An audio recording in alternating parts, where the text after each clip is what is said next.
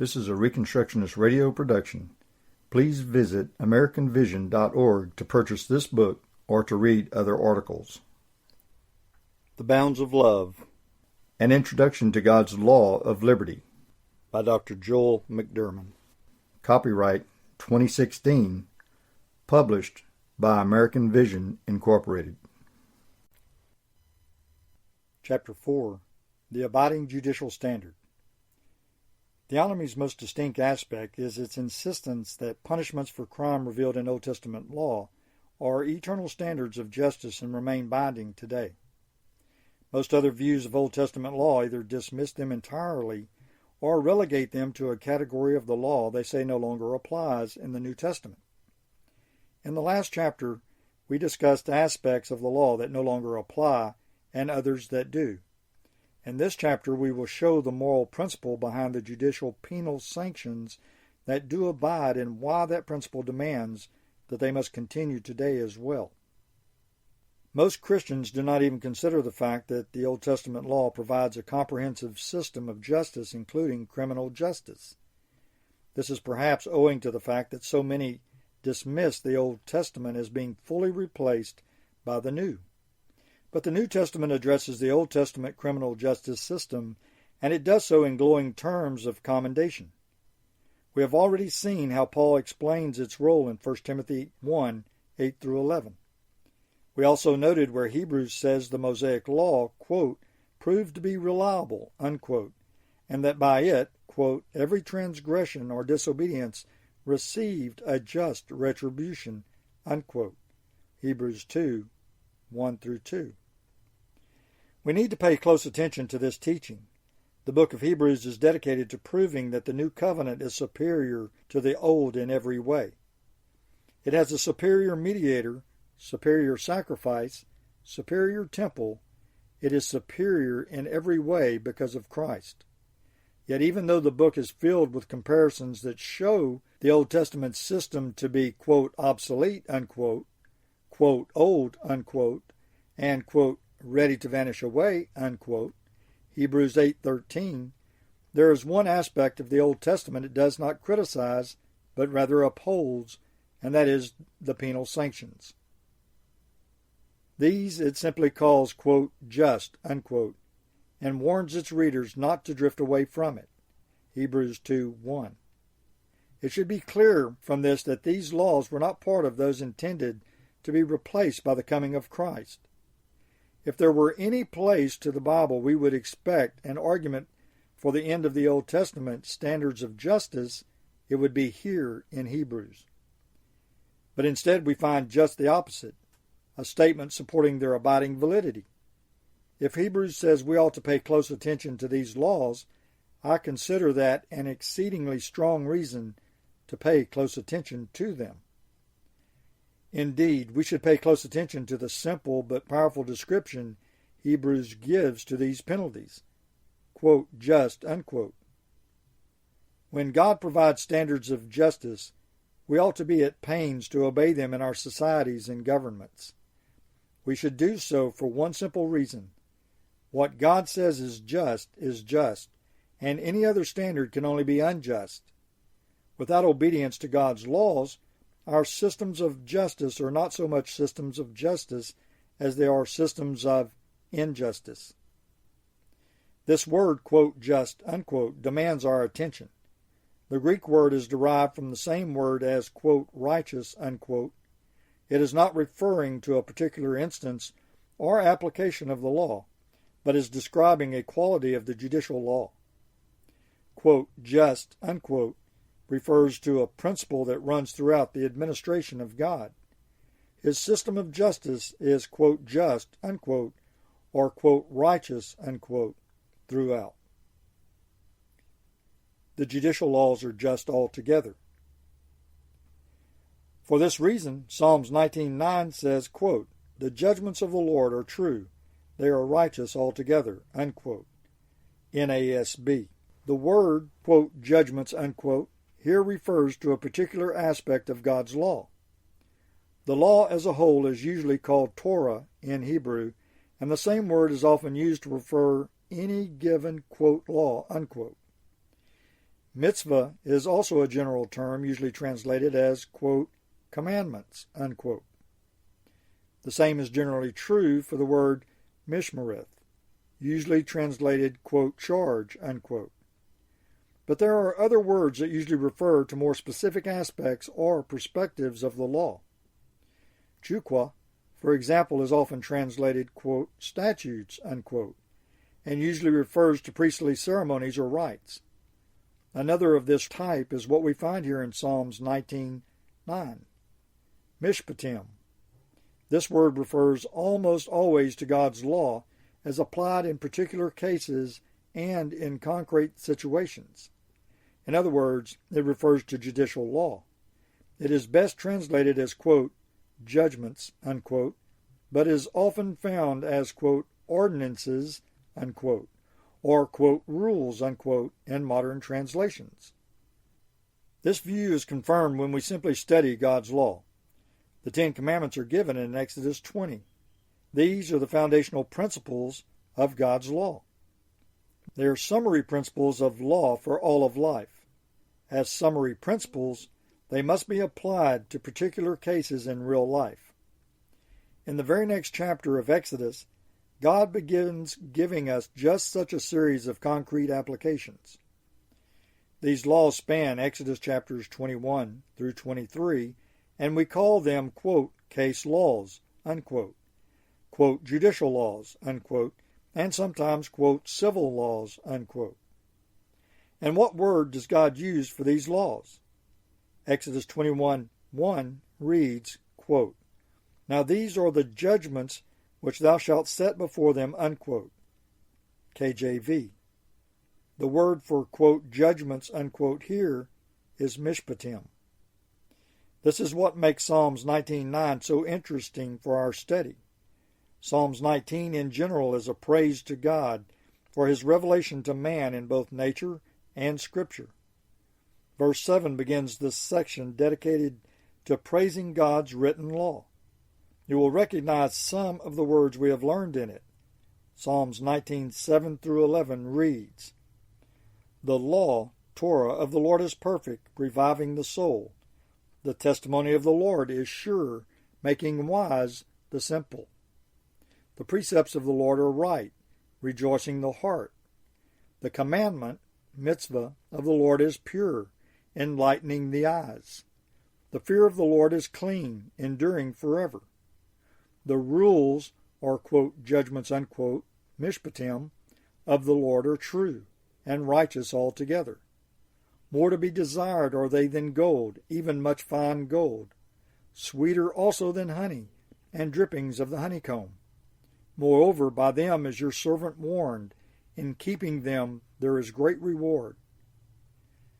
The psalmist uses several different words to highlight aspects of God's law. Certainly some of this can be attributed to the nature of poetry, but certainly under the inspiration of the Holy Spirit, this poet was not merely wielding poetic license or variety. When it comes to God's mishpatim, there is certainly a shade of meaning intended to call to mind the heading of God's case laws, Exodus 21:1, and certainly the description fits. God's judicial law is true and, quote, righteous, unquote, or, quote, just, unquote, altogether in its entirety. The description is even more intense yet. The word, quote, righteous, unquote, in Psalms 19:9 is actually a verb. It means that God's judicial law is righteousness in action, and that the justness of those laws is vindicated whenever they are applied. It means that justice can prevail in the land only when God's judgments are obeyed and applied. The scriptural teaching, then, is that God's judicial laws are righteous and just altogether, and that every infraction was assigned a, quote, just, unquote, penalty, Hebrews 2:2. As far as our need to understand God's revealed system of justice, we could really stop here. Scripture has spoken.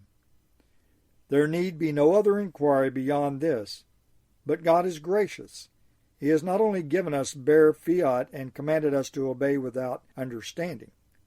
He has given us a system of justice composed of general laws, laws of love, and the Ten Commandments, as well as case examples of how to apply those laws, judicial laws, so that they are applied justly. In other words, he has given us a principle by which justice can be done in any case, and this principle is directly revealed in the law and reflected in every single law he revealed. So what is this principle? The moral principle for penal sanctions. Once we see the eternal moral principle running throughout the law, including the judicial laws and their penal sanctions, we will better understand why those laws and sanctions are indeed, quote, just, unquote, and why no other standard could be. So what is this principle? Simple. It is traditionally called the lex talionis. It is stated in the judicial law like this, quote, you shall pay life for life, eye for eye, tooth for tooth, hand for hand, foot for foot, burn for burn, wound for wound, stripe for stripe, unquote. Exodus 21:23 through 25. The principle is repeated in Leviticus 24:24 and Deuteronomy 19:21. The lex talionis is often misunderstood in a couple of ways. First, its name. It is often mistranslated as, quote, the law of the talon, unquote. Such an unfortunate mistake perpetuates the popular misconception that, quote, an eye for an eye, unquote, is about personal revenge or physical violence, which is the second way it is misunderstood. Let's set the record straight. Lex talionis is not properly translated as, quote, law of the talon, unquote, but as, quote, law of the talion, unquote.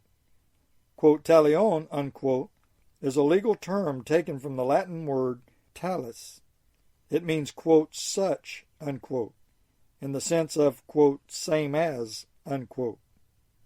A related English word derived from this is not, quote, talon, unquote, which comes from a completely different derivation, but, quote, retaliate, unquote. Even here, however, we must be careful, for we usually use the word, quote, retaliate, unquote, in terms of individuals retaliating. Instead, we need to consider it in the sense of state-sanctioned restitution or punishment that is precisely measured to match the severity of the infraction or crime. The lex talionis says essentially one thing. The punishment must fit the crime, no more, no less. It is a rule that says justice must be done in two ways. First, the crime should be punished, and second, the state must administer punishment only to a requisite extent and in a particular way proportionate to the crime. This is not just one more law among others, but rather is a principle of law that runs through all the others, much the same as the principle of love summarizes the whole of the law. Lex talionis is in itself the principle of justness, fairness, equity in redress of injury or punishment of crime. But this means it is more than any old judicial law allowed to be set aside in, quote, more civilized, unquote, or modern societies, or abrogated in New Testament times. It is, in and of itself, the principle of justice. It is thus a moral and eternal principle for all times and in all places. Since this law is the revealed standard for restitution and punishment, we can only understand God's own penal sanctions, as revealed in the case laws, as perfect expressions of this principle. God, who is himself just, and is the author of both the principle and the case applications of it, can do nothing other than provide just punishments. Anyone who wishes to deny these facts will find himself in the unenviable position of arguing that at least some, if not all, of God's laws and prescribed sanctions are unjust, and that man's laws are more just than God's. If this were not absurd enough on the face of it, such a proponent would then have to list for us which of God's punishments are unjust and why. The lex talionis, then, is the moral element that exists in and throughout the civil penal sanctions. It is the principle of justice, but this means that the principle is eternal and thus abiding for today. It also means that God's penal sanctions, being perfectly just, must also abide today. The lex talionis and the Ten Commandments. It is easy to see how directly this principle is related to what is normally considered the core, if not the whole, of the moral law, that is, the Ten Commandments. While perhaps not immediately apparent, you only need to consider the role and behavior of the state in punishing crime, and it will become so. If the state punishes more than necessary, then it will by default be engaging in theft, murder, false witness, or violence of its own, clear violations of moral law in the act of civil punishment. For example, biblical law prescribes restitution for cases of theft. The restitution must fit the crime. According to God, an unrepentant thief who is caught with the stolen property in possession is required to pay back double the value of the stolen property. Exodus 22:4. If he repents, confesses, and returns the property before he is caught, he is required to pay only the property plus 20%. Leviticus 6:4-5. In either case, the type of penalty is restitution, and the amounts are set by God. Both the penalty and the amounts are just by God's determination. The principle is clear. The issue is property and wealth, and the punishment deals proportionately with property and wealth. The restitution is in kind because the property or equal value thereof must be restored. The penal aspect is also in kind because it is equal also the loss that the thief intended to impose on the victim falls back upon himself. Not only has he restored the property, he is required to pay double, and thus ultimately loses the exact amount he inflicted upon the victim. Further, the victim not only recovers his stolen wealth, the double payment compensates for the lost time and use of the original. Compare this just system to non-biblical systems of justice. For theft, the Quran prescribes the following, quote, "As to the thief, male or female, cut off his or her hands, a punishment by way of example, from Allah for their crime," unquote. 5:38. Is this in any way equitable to the crime? Perhaps only in an abstract symbolic way. But in short, no. It is a barbarous punishment which does nothing to recompense the victim of the theft, and imposes not only a gruesome, violent punishment upon the thief, but also imposes a lifetime disability. With this comes a lifetime economic reality. The one-handed man will not only not be able to steal with that hand again, he will also not be able to work or produce with it for the rest of his life. It is not a stretch to say this punishment is unjust by virtually every measure. But compare also our own modern form of punishment. American courts require restitution to be paid. That much is good, although sometimes a judge may require only partial restitution based on the convict's ability to pay, and that is not biblical. But then they add on top of this, too, even for misdemeanor petty theft and a first-time offense in most states, a convict can expect fines up to $500 or $1,000 and up to 1 year in jail. For felony theft, usually over $1,000 of value, fines and jail time increase. In serious cases of repeat offenders, fines can exceed $100,000 and jail sentences up to 20 years. These fines are not paid to the victim, but to the state. Is this a system in which the punishment fits the crime? While it certainly is a lot better than chopping off people's hands, it is still not equitable. Imprisonment alone serves no good purpose in such a case, and in fact often works against its purported goal of, quote, rehabilitation, unquote. Often, petty criminals join gangs in prison or associate with more hardened criminals. They leave prison a greater threat to society than they entered. There is much more we could say about this. In short, our modern penal system in regard to theft does not measure up to God's standards of justice. It punishes more than is required and in ways that have little to no bearing on the nature of the crime. So what must we say about the state when it exacts more than is fitting for the crime? If the exaction is in terms of money, we must judge the state to be a thief also. In short, by violating the lex talionis principle, the state ends up violating the moral law of God, the law against stealing. If such an exaction is in terms of prison time, however, the state is guilty of kidnapping. If it is in terms of excessive force, the state is guilty of violence. Applying this principle across the board, you can see how the state can be guilty of virtually any of the moral laws of God. And the most common reason for which it is guilty is by violating the lex talionis.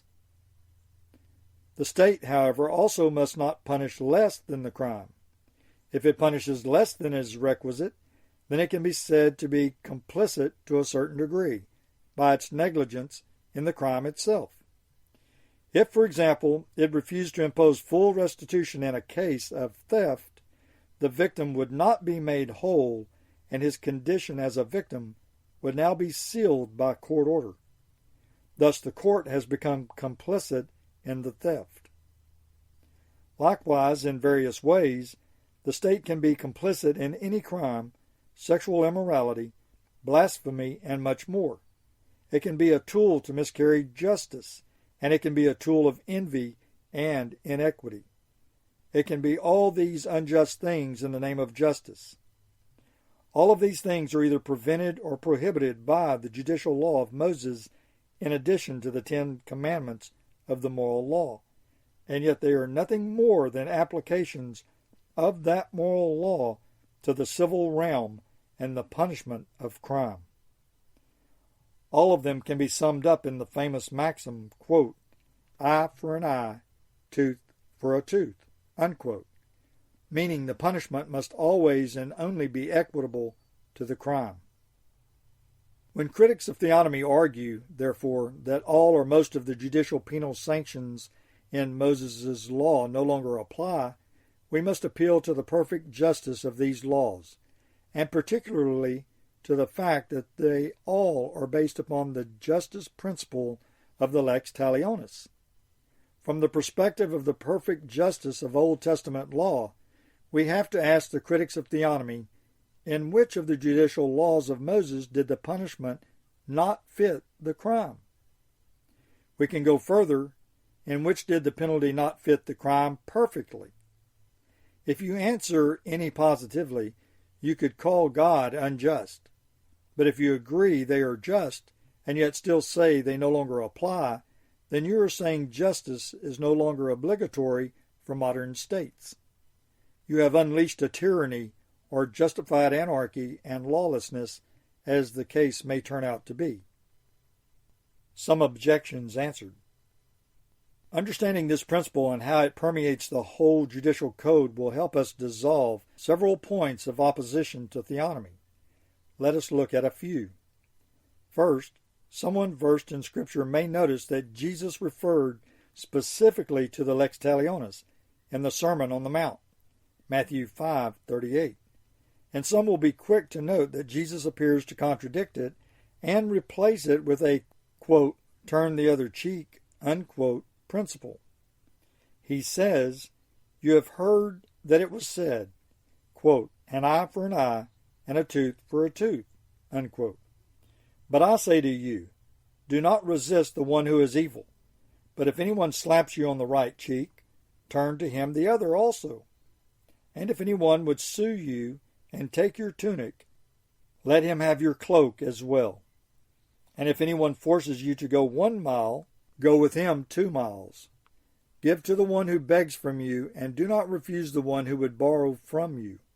Matthew 5:38-42. From this, many Christians conclude that Jesus was replacing the Old Testament teachings with his own kinder, gentler doctrines. But this is a common misunderstanding of the Sermon on the Mount. Far from replacing the Old Testament law, Jesus said he came specifically not to abolish the law, but to fulfill it. He said that anyone who does annul these laws would be called least in his kingdom, and whoever taught them would be called great. Matthew 5:17 through 18. Jesus was therefore fulfilling the lex talionis. What Jesus said next helps us understand what he was communicating in the Sermon on the Mount. He said, quote, "Unless your righteousness surpasses that of the scribes and Pharisees, you will not enter the kingdom of heaven." Unquote.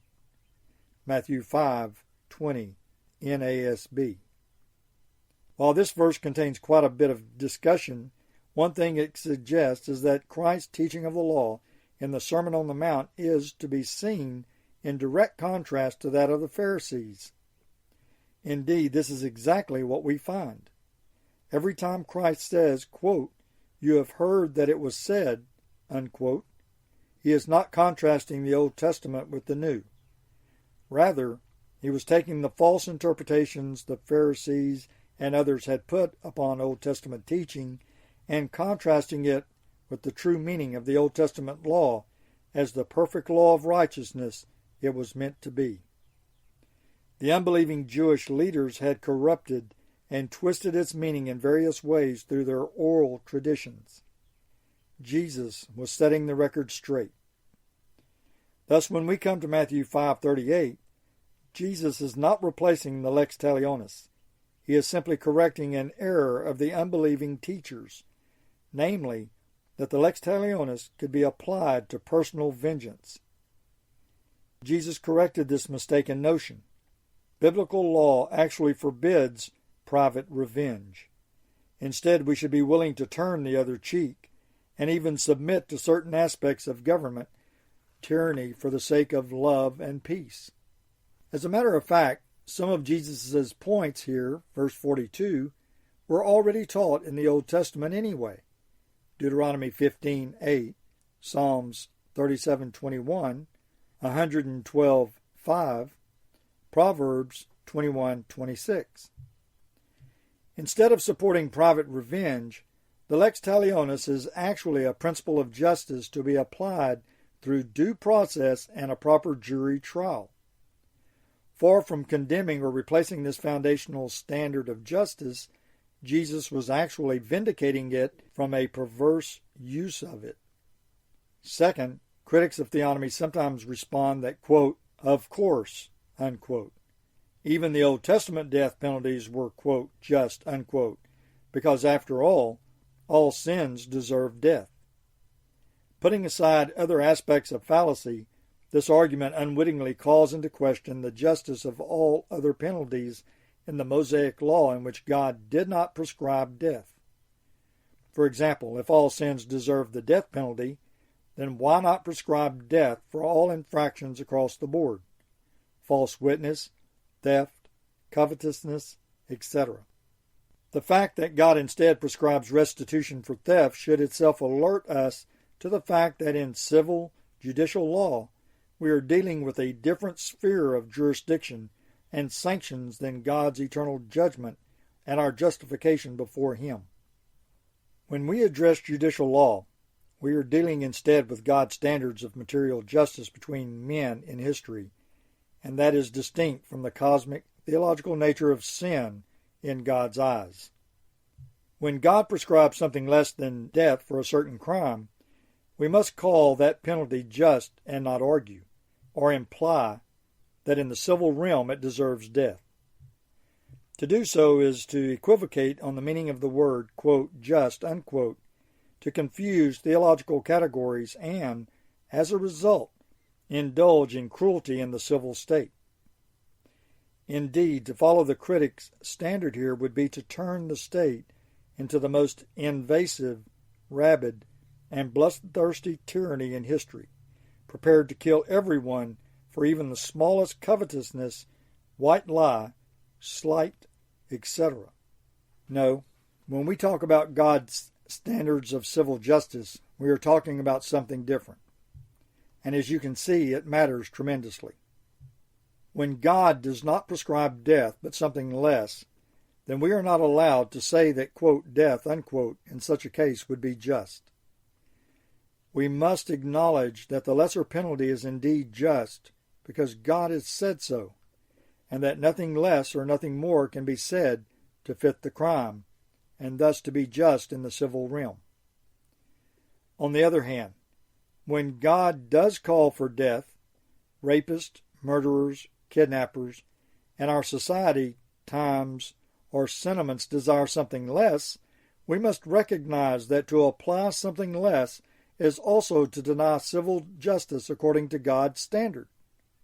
Again, we are not allowed in this sphere to call such penalties just only because all sins deserve death, but only because God has prescribed death as a civil penalty in such a case. Nevertheless, we must acknowledge that He does so and seek to obey His standards in society. On this point, we must always remember that all these applications are nothing more than deductions from that simple principle of lex talionis. The punishment must fit the crime, no more, no less.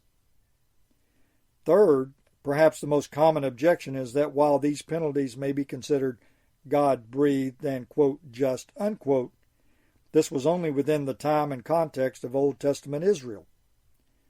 Once the New Testament has come, they are no longer necessary. God could thus call for certain crimes to receive certain punishments, while His chosen nation was a geopolitical reality. In this context, certain penalties might have made sense. But now that the New Testament has changed the nature of God's people, they are no longer a civil state unto themselves. God has also taken away these laws as standards of civil justice. Thus, nations today are free to use whatever standards they see fit for civil laws in general and penal sections in particular. What this approach says is, in short, that God has changed His standard of justice over time, or at the very least, has decreed that we live in a dispensation of time in which His standards of justice need not be applied. That is to say, some level of injustice is inevitable in this time. God's okay with that, and we should accept the inevitability too. While this line of reasoning is quite popular, I find it incoherent and unacceptable. What we have seen with the lex talionis so far is that it is an immutable moral principle of justice. What could make justice change over time? What could make God Himself change over time? It is true that God may change certain aspects of the ceremonies or rites. He can also move jurisdiction for some sins, as we see with the Quorum principle.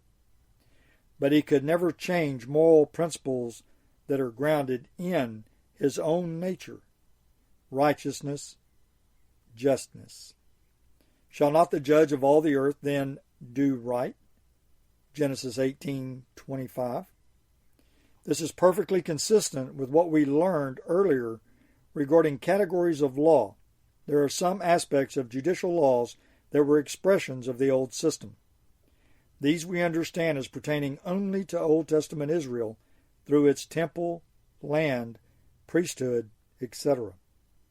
But there are also aspects of the judicial laws and punishments which are basic and fundamental to crime and civil society in general. These laws were always to be a standard upheld for all nations to praise and from which to learn. Deuteronomy 4:5-8. They were not time-bound or nation-bound for Israel only. They are eternal moral principles which abide everywhere.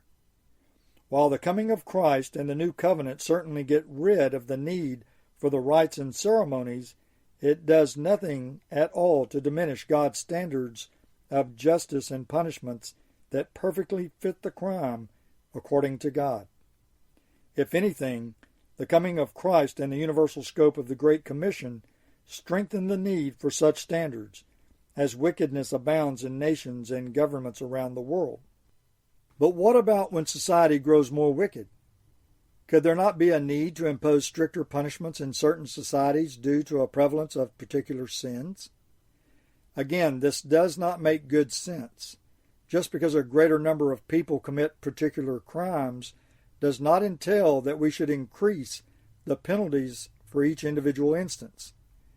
Biblical lex talionis justice demands that we consistently punish the crime in each case, but do so in a biblically measured way. To exceed a fit punishment would be to increase the level of wickedness and violence in society, but worse, to do so through the agency of the civil state. What good does it do to meet injustice with state-sanctioned injustice? Proverbs 28:2 says, quote, "When a land transgresses, it has many rulers," unquote. This is a tragedy indeed. A tyranny can be spotted by a burgeoning police state and a prevalence of bureaucrats, and usually wickedness lies at the root of that society. But even this proverb does not necessitate an increase in the severity of penal sanctions. It may be the case that such laws increase as well, but this would be a description of the growth of wickedness, not a prescription by God for how to deal with it. Severity should only increase with individuals who become repeat offenders. But this principle is built into the law already to begin with. In the end, the lex talionis prevails again. There is nothing in changing times, histories, nations, people groups, social classes, or circumstances that could ever necessitate a change in the principle of the punishment fitting the crime. The moment we desire more, we make the state a tyrant. The moment we desire less, we make the state an accomplice to the criminals. This principle does not change. Conclusion. In this chapter, we have learned that God's judicial law is altogether just and righteous. We have learned that every one of his penalties was just. Both Old and New Testaments teach this, and even the book designated for demonstrating the superiority of the New over the Old nevertheless maintains that the penal sanctions remain just throughout. We have learned, moreover, that there is an enduring, eternal moral principle upon which the judicial code and its punishments are based. This is the lex talionis. It requires that justice always be served such that the punishments fit the nature and magnitude of the crime. This principle, being moral and eternal, abides into the New Testament era, for God cannot change his moral nature. This means that the judicial laws and penal sanctions based upon this principle must endure today as well. In short, because of the principle of the lex talionis, the judicial penal sanctions of Moses have abiding validity today as well. Christians should promote them, pulpits should preach them as standards for civil justice, and civil governments everywhere should acknowledge the God of the Bible and submit to these standards.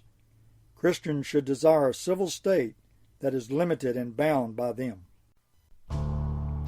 The Reconstructionist Radio Podcast Network brings to you a complete lineup of podcasts where you will hear practical and tactical theology.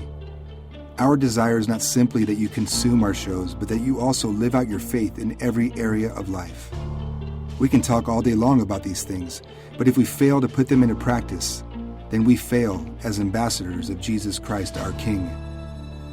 Subscribe now to your favorite Reconstructionist Radio Podcast Network shows, or you can subscribe to the Reconstructionist Radio Master Feed, where all of the content we produce, including the audiobooks and audio articles, will pop up as soon as they are available. And don't forget to visit ReconstructionistRadio.com to volunteer as a narrator or to partner with this ministry financially.